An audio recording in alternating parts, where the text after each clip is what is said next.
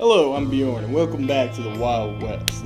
As you might have guessed from the obvious title, thumbnail, and the fact that we're here in the ye old Wild West, somewhere out Texas way, right? We're doing Deadlands again. This time it's one of my new shorts. For those who missed the Mind-Boggler one, this is a new format where I tell a short story, likely built around a character from a previous script. Either their origins, a side story, or something that was happening concurrently to a story. Today's subject is Ghosteye Morrison, who appeared in 2 or 3 episodes of Deadlands Season 1. For those who haven't watched that, it's not actually mandatory to watch that before watching this, although I think it might help with some context. Alright, well, I'm not going to really drag this out much longer. People kind of understand the idea of this, so without further ado, let's enter the Weird West once more. We open on a shot of an open range. We see a few cactus growing in the stony terrain of the hill country. A few sporadic oak trees cover the terrain. The sun rises lazily over the scene. The shot is going to slowly pan until we see a farmhouse built into the ground. During this slow panning, we hear narration.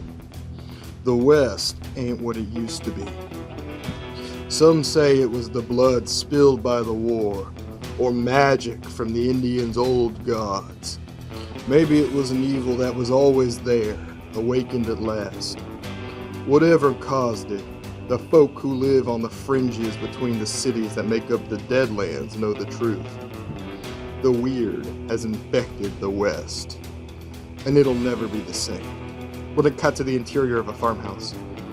We hear the opening sounds of opera music played through a scratchy old ancient record player. It jumps and itches and echoes dimly from an off-screen room. We see a much younger Ghosteye Morrison sitting on the edge of a straw bed in a room mostly cast in darkness. Only a few rays of light leak from a window covered by curtains. He stares out at a wall where there's nothing, and we hear a voice echo through the darkness. Yield. There's no need to continue. Ghosteye says, I must. I will kill him. The voice says, Fool. You're a fool. We see light flood into the room in a dramatic change in tone and lighting. As a door is opened, we see a young woman standing in the doorway in a Western-style dress. She's got long blonde hair and blue eyes. Her face lights up in a smile as she sees Ghosteye. The woman, whose name is Abigail and is his wife, says, There you are. You're gonna be late if you don't hurry. Ghosteye says, I know, but I could stay just for today. Abigail says, I appreciate the gesture, my love, but we can't afford to lose this chance. If Warner's money comes through, we'll be able to make something of this old place. Ghosteye says, I know, it's just what a man can dream. Abigail says, We'll be here when you get back. Ghosteye nods and smiles faintly. He pulls on a long brown coat and hat. Abigail smiles and fixes his coat a little bit and says, Do try to be charming. We need that money, William.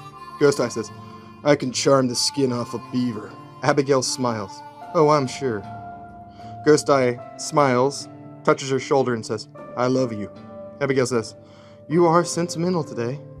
Ghosteye says, Always. A young boy runs into the room. He says, Daddy, are you riding into town? Ghosteye says, I am. His son, who's named William Jr., obviously after his father, says, I was thinking I could come with you. It'd be an adventure, right? Ghosteye says, Not today, son. Next time. His wife, Abigail, says, Your daddy's got an important business meeting. He can't be having a boy running around. William says, I'm not a boy no more. Abigail says, You're a boy, and that's a good thing. She ruffles his hair. Ghosteye smiles and says, I'll teach you to lasso when I get back. William says, You mean it? Ghosteye says, I do.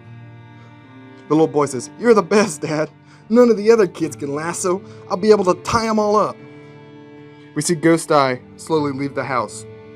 He walks out to where a skimpy-looking horse is tied to a pole. He gets on its back and begins to ride into town. We're going to cut into the town. I'm thinking it's probably El Paso, maybe even San Antonio. I'd have to like really think about it. Obviously, it's in Texas, so small, sort of Mexican-looking settlement with maybe a couple of Western-looking buildings. Think adobe, not Wild West like wood and stone sort of thing. You have to understand that, like in Texas, the Western buildings actually look pretty different than they do, outside of Texas, and also depending on what part of Texas you're in. Little history lesson for you on the Wild West, but.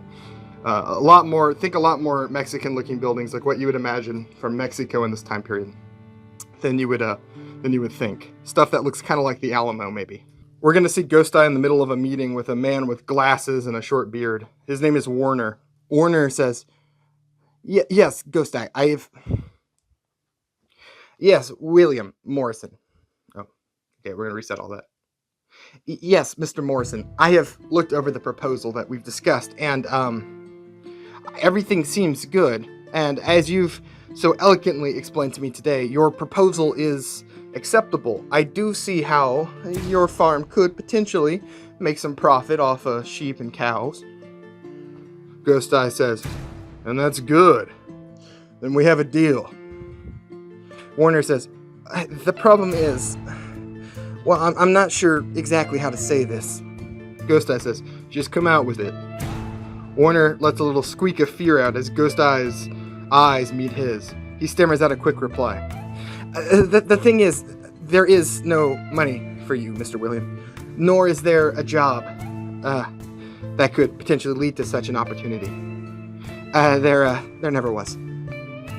Ghosteye turns, hand reaching towards a gun that isn't there, and then he pulls it away and lets it fall to his side, as if a little reflex showed. Ghosteye says plainly and in his deep voice, "Explain."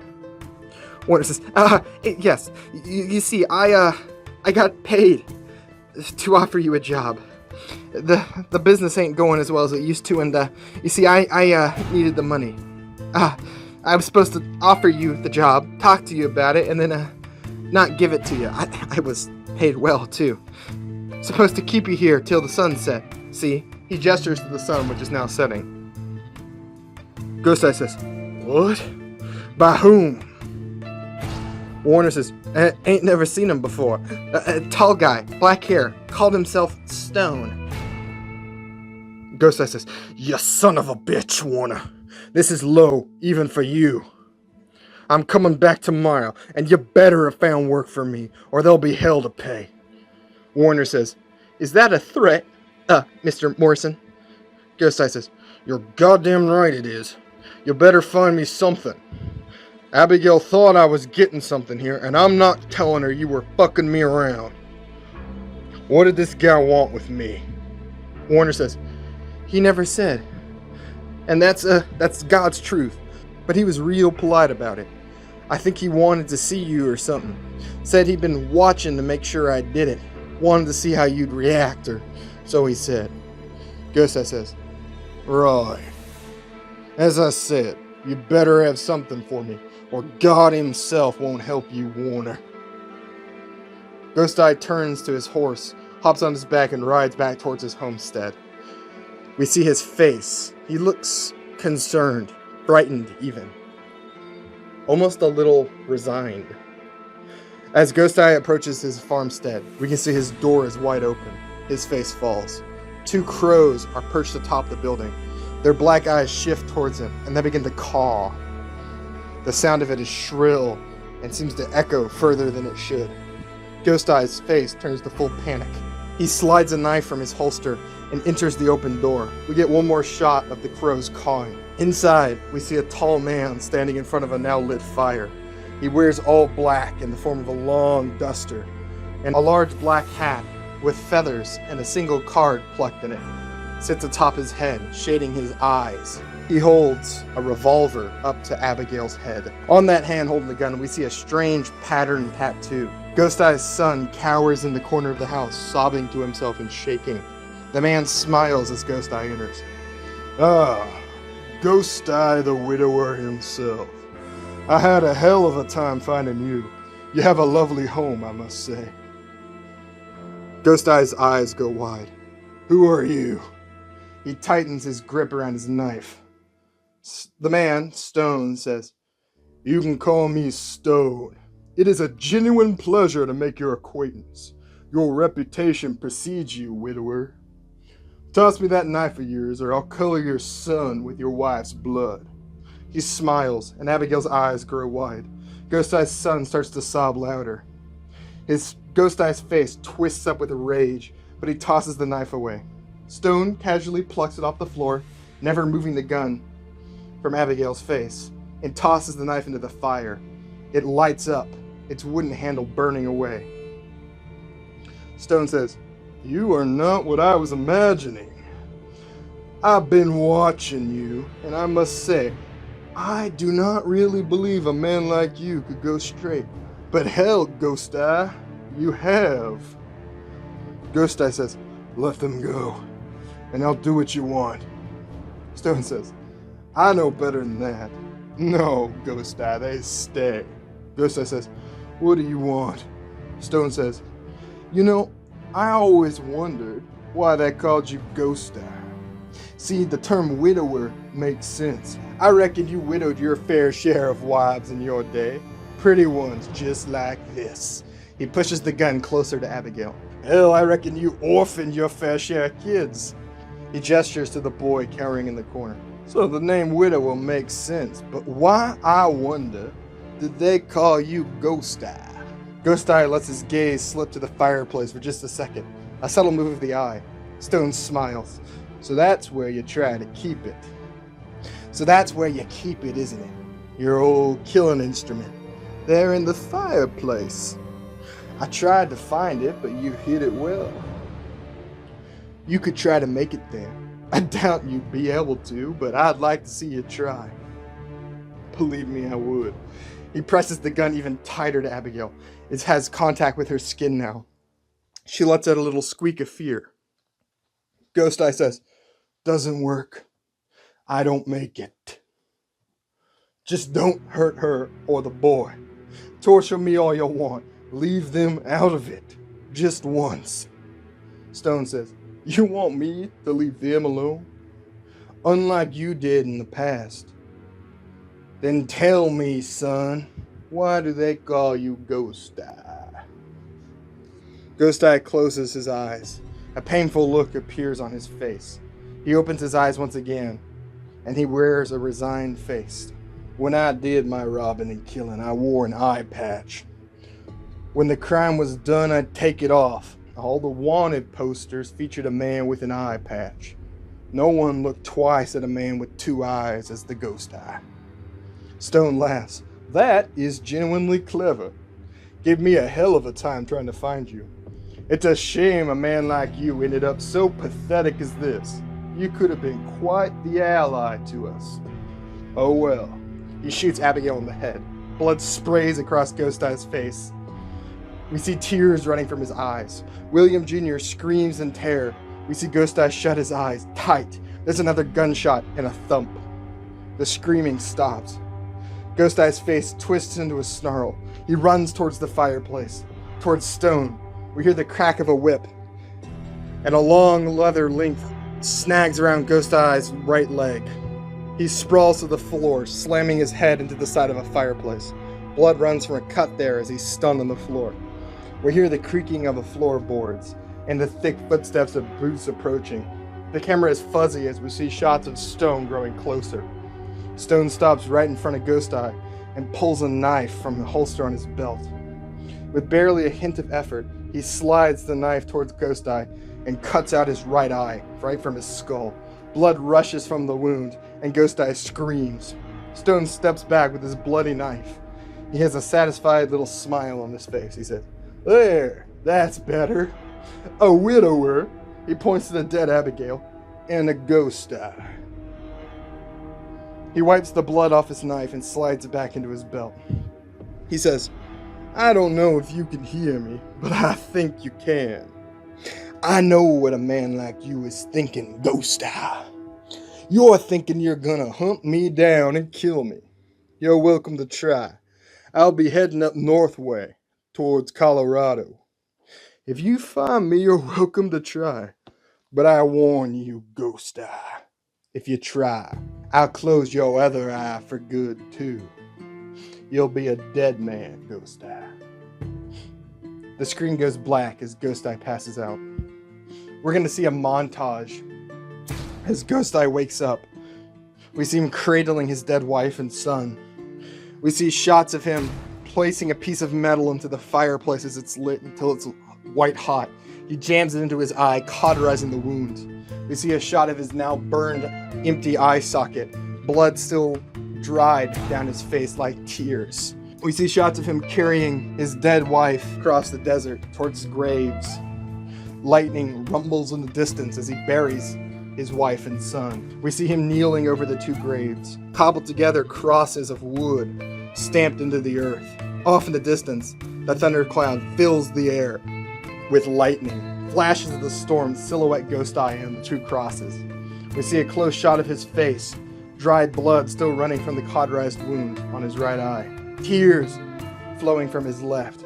Lightning strikes again, and its glowing branches are reflected in his good eye. We see a shot of him riding into town. He finds Warner standing outside a tavern. Warner says, Mr. Morrison, no hard feelings, I hope. Oh, Lord, look at what he... hopefully he didn't rough you up too much. His pain was too good to ignore, but you're in luck. I managed to put something together for you and your wife. Ghosteye raises his pistol and fires. We see the bullet rip right through Warner's eye. Ghosteye walks over and spits on the body. He finds Warner's horse, a very nice-looking breeder horse. Thick-muscled, with bright color palette, sort of a grayish-white. Ghosteye takes the horse and begins to ride north. We hear the song The Pale Rider begin to play. It can be found in the playlist linked in the comments. This has like 4 songs on it that are featured in this short. We're going to see another montage of Ghosteye hunting Stone in the west. He seeks men with the same tattoo as Stone and kills them. We see him hang 2 men when they won't tell him where Stone is. He shoots a man dead in the streets and stabs a man in the throat with a Bowie knife, almost beheading him. Blood sprays across his face. We can see a shot of his eye patch now being worn. Blood sprays across it. Ghosteye is growing older throughout the montage, beginning to resemble closer to the Ghosteye we know from Deadlands Season 1.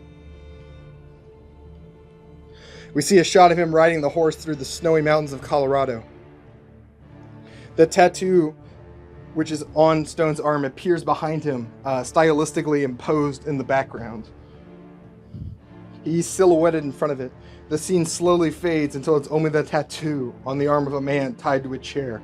We see Ghosteye lingering over him. He's older now, has a rough beard, and looks almost exactly the same as he does in Deadlands Season 1. The man begs for his life.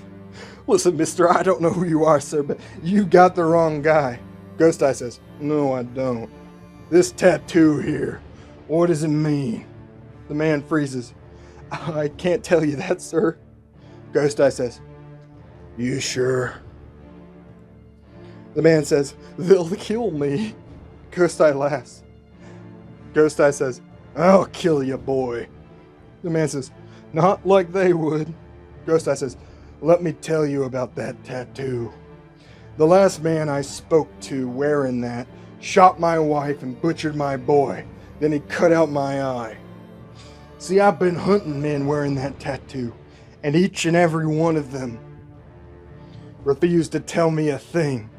And for each and every one of them, I gave them a death worse than you can imagine. Ghosteye lifts his eye patch, revealing the burned, sliced hole where his eye once was. Ghosteye says, now with you, I'd save the eyes for last. I want you to see what I'm gonna do to your body. The man's eyes grow wide as Ghosteye slides a knife from his belt. We see the man reflected in its polished blade. Ghosteye says, I managed to keep the last one alive for 9 hours. I learned much from that. I think I can do better with you this time. The man says, listen, mister, we don't have to do this. Ghosteye says, you're right. Answer my questions and I'll let you go. You can die slow now, or maybe die slow later. Your choice. The man says, fuck, fine, I'll tell you, damn it. Ghosteye slides the knife back into his sheath. He says, "Stone, where is he?" The man says, "He sent me to get food. He's held up maybe 4 miles from here in a cave. Robber Man's Cave, they call it." Ghosteye says, "Smart man for not lying to me. I can always tell. How many are there?" The man says, 2, Stone and 1 other. "Now let me go, you bastard." Ghosteye shoots the man dead, then slips his pistol back into his holster. We see him riding up the north. The snow gradually gives way to desert until he reaches a mesa. We can see a cave in the mesa. In front of it, 3 men stand as if waiting for Ghosteye. Stone in the middle smiles. The 2 men at his left begin to draw weapons as Ghosteye approaches, but Stone stops them with a wave of his hand. Ghosteye steps off his horse and slowly approaches Stone. He says, "You remember me?" Stone says, "I remember you. I killed your wife and boy. Ghosteye the widower." Ghosteye says, "You did. You murdered them for nothing." Stone says, "It wasn't for nothing. A man who I needed help from wanted me to hurt you. It wasn't personal. It had to be done." Ghosteye says, "Had to be done. I've got something that has to be done too." Stone smiles faintly. "I imagine so. Well, man with the ghost eye, you finally come to lose your other eye." Ghosteye says, "I've come to kill you." Stone says, "Many have, but I warned you what would happen if you came. So how do you want to die? A duel or..." Before the man can finish his sentence, Ghosteye pulls a pistol from his holster and shoots Stone 4 times. The bullets rip through his chest and the man falls back. With his last 2 shots, he flicks his gun around, doing a fan the hammer. He kills the other 2 men with bullet wounds to the head. We can see tears leaking from Ghosteye's one good eye. He didn't give Stone a chance. He avenged his family. He lets out a breath and lets his pistol slump to the ground. We can see smoke twirling from the end of its barrel. Then we hear a voice. "You're quick on the draw, son." Stone sits up, 4 bullet holes in his shirt. We can see straight through his body to the sandstone beyond. Ghosteye looks resigned and, surprisingly, unsurprised. He says, "You can't be killed, can you? I can't remember how many times I've tried." Stone just smiles, the thing that never changes. He says, "So long, Ghosteye. Been a pleasure." He pulls his pistol and puts a bullet right through the chest of Ghosteye. Ghosteye falls to the sand and blood begins to halo around him. He gasps for air and blood begins to bubble from his mouth. We see a shot of Stone. He just watches, the slightest smile on his lips. He turns his ear to listen closely. We hear the faintest beating of a heart. Thump thump. We get a shot of Ghosteye. His eye is blood red and his skin is now ghastly pale. Thump thump. His hand tries desperately to reach for his pistol, which lies in the sand. He knows it's out of bullets, and he can barely move his arm to reach it. He fails. Blood running down his outstretched hand. Thump thump. Thump thump. We see Ghosteye's face again. He closes his one good eye, and a tear falls, mixing with the blood. Thump. Silence falls. Ghosteye dies. We see Stone turning to leave. A crow falls down from the sky to perch on his shoulder. It lets out a caw. 2 more crows fly up, following Stone in the air. We're going to smash cut to a poorly lit bedroom. We see Ghosteye sitting on the end of a stone bed, looking out in the dark corner of the room. Both his eyes are intact, and he looks younger. In the darkness, 2 reflective white eyes open. The white teeth of a wide smile are bright in the dark. The eyes reflect light like those of a predator, a carnivore. The teeth are jagged and sharp. The voice, which I'm going to call the Manitou from now on, says, "This can end. Just let me in. Let me have you." Ghosteye says, "No." The creature in the shadows lets out a growl of fury and rage. The Manitou says, "You are stubborn, but I'll break you. I always do." Ghosteye says, "Not me. I don't think you understand me at all." The Manitou says, "I don't have to understand you." And the longer you hurt, the sooner you'll break. Ghosteye laughs. At least here I get to see them again. I get to hear my son's laugh and feel the touch of my wife. That's worth more to me than you can imagine. I can live here for an eternity, even if I must see them die again and again. As long as I get to hold them. Or you can let me go back. Let me kill him. I've offered it to you before. The Manitou says, you'll break. You all do. The creature vanishes into the shadows, and we see light flood into the room as a door is opened. We see a young woman standing in the doorway in a Western-style dress. She's got long blonde hair and blue eyes. Her face lights up in a smile as she sees Ghosteye. Abigail says, there you are. You're going to be late if you don't hurry. Ghosteye says, I know. I'll go with haste. We're going to smash cut to Ghosteye as he lies dying on the ground. Only this time he's in the snow, blood turning the snow around him bright pale. Ghosteye gasps for air and blood begins to bubble from his mouth. We see a shot of stone. The bullet holes are in different locations, and the background isn't the same. He's in a snowy forest.